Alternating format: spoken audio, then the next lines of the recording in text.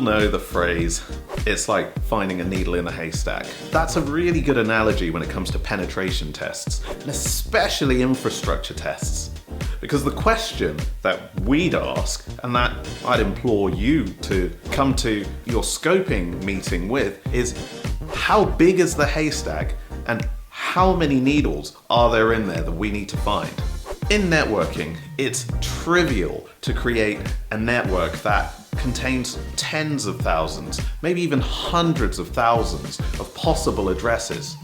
And there's nothing stopping you from only attaching, say, 2 devices to that network.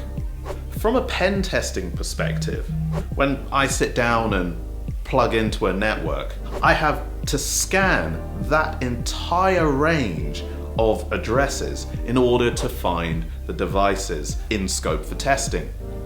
And so knowing how big the haystack is, the haystack in this case being the number of possible addresses, and how many needles are in there, the needles being the devices, knowing that up front will help us to understand the scale of the engagement.